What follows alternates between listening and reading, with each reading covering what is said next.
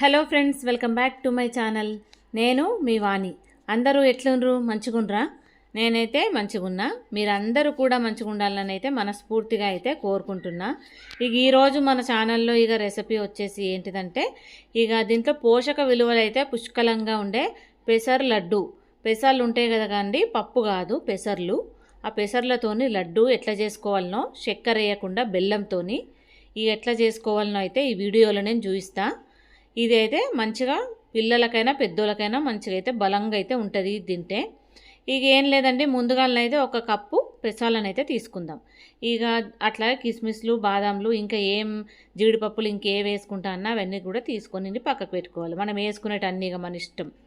ముందుగానైతే పొయ్యి వెలిగించుకొని ఏదైనా బాండి పెట్టుకుందాము. బాండి అయితే జర్ర వేడెక్కనియ్యాలి. జర్ర వేడెక్కిన తర్వాత దాంట్లోకి ఈ కప్పు పెసాలు తీసుకున్నాం కదా, ఈ కప్పు పెసాలను అయితే దీంట్లో కోసుకొని మనం మంచిగా అయితే ఇట్లా కలుపుకుంటూ ఫ్రై చేసుకోవాలి. ఇవి కలపకుండా ఉంటే కింద మాడిపోతాయి, పైన అట్లనే తెల్ల తెల్లగా ఉంటాయి. కాబట్టి వీటిని మంచిగా అయితే కలుపుకుంటా దూరగా మంచిగా ఇవి రంగు కూడా ఇట్లా ఇప్పుడు నేను చూపిస్తున్నా చూడండి, అట్లా రంగు కూడా అయితే మంచిగా అయితే చేంజ్ అవుతాయి. అట్లా చూసిండ్రు కదా, కలర్ అయితే మారిందిగా. కమ్మగా వాసన కూడా వస్తుంది. ఇవి మంచిగా ఫ్రై అయినాయని మనకు తెలవాలంటే కమ్మగా వాసన అయితే వస్తుంటుంది. ఇప్పుడు ఇక్కడ వరకు అయితే మనం వీటన్నిటిని కూడా తీసుకొని అయితే పక్కకైతే పెట్టేసేసుకుందాం. వీటిని మనం మిక్సీకి వేసుకోవాలి కాబట్టి ఇవి జర వేడిగా ఉన్నాయి కాబట్టి జర చల్లారాలి. ఒక 5 నిమిషాలు అట్లా మనం చల్లార పెట్టుకుంటే చల్లారిన తర్వాత అయితే మనం మిక్సీకి వేసుకోవాలి. ఇవైతే ఇప్పుడు చల్లారినవి, ఇవన్నిటిని కూడా మనం మిక్సీ జార్లో అయితే పోసేసుకుందాము. ఇప్పుడు దీంట్లోకే 2 కానీ లేదా 3 కానీ ఇలాచీలను అయితే దీంట్లోనే వేసుకొని అయితే మనం మిక్సీకి అయితే పట్టుకుందాము. మిక్సీకి పట్టుకునేటప్పుడు మనం ఇది మరీ బరక కాకుండా మరీ మెత్తగా కాకుండా మనకు మీడియంగా అయితే ఉండాలి. కొద్దిగా రవ్వలాగా కొంచెం రవ్వలాగా తగిలితే సరిపోతుంది.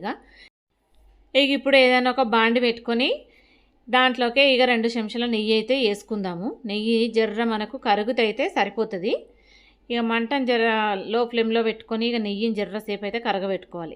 నెయ్యి కరిగిన తర్వాత ఇందాక డ్రై ఫ్రూట్స్, బాదాంలు, కాజులు ఉన్నాయి కదా, బాదాంలను ఇట్లా చిన్న చిన్న ముక్కలుగా అయితే ఇట్లా కట్ చేసుకోండి. కట్ చేసుకొని ఈ నెయ్యిలో అయితే మనం మంచిగా అయితే వీటిని ఫ్రై చేసుకోవాలి. కొంచెం రంగు చేంజ్ అయిన దాకా, మరీ మాడిపోయిన దాకా ఉంచకుండా కొంచెం సేపు ఇట్లా వేపుకొని నెయ్యిలో తీసి అయితే పక్కన పెట్టుకుందాము. ఇప్పుడు దీంట్లోకే కొన్ని కిస్మిస్లను కూడా దీంట్లోకే వేసేసుకుందాం. కిస్మిస్లు కూడా మనం నెయ్యిలో అయితే మంచిగా అయితే ఇట్లా ఫ్రై చేసుకోవాలి.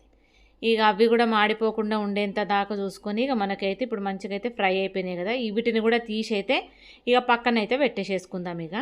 ఇప్పుడు ఇదే నెయ్యిలోకి అయితే ఇందాక మనం పెసర్లను అయితే మనం మిక్సీకి పట్టుకున్నాం కదా, పౌడర్ని అంతా కూడా ఇప్పుడు ఇదే నెయ్యిలోకి వేసుకొని నెయ్యి అంతా కూడా ఈ పిండికి అంతా పట్టేలాగా ఇప్పుడు నేను చూపిస్తున్నా చూడండి, అట్లనే కలుపుకోవాలి. మొత్తం అంతా కూడా మనకు ఈ పిండి నెయ్యిలో మంచిగా అయితే ఫ్రై అవ్వాలి.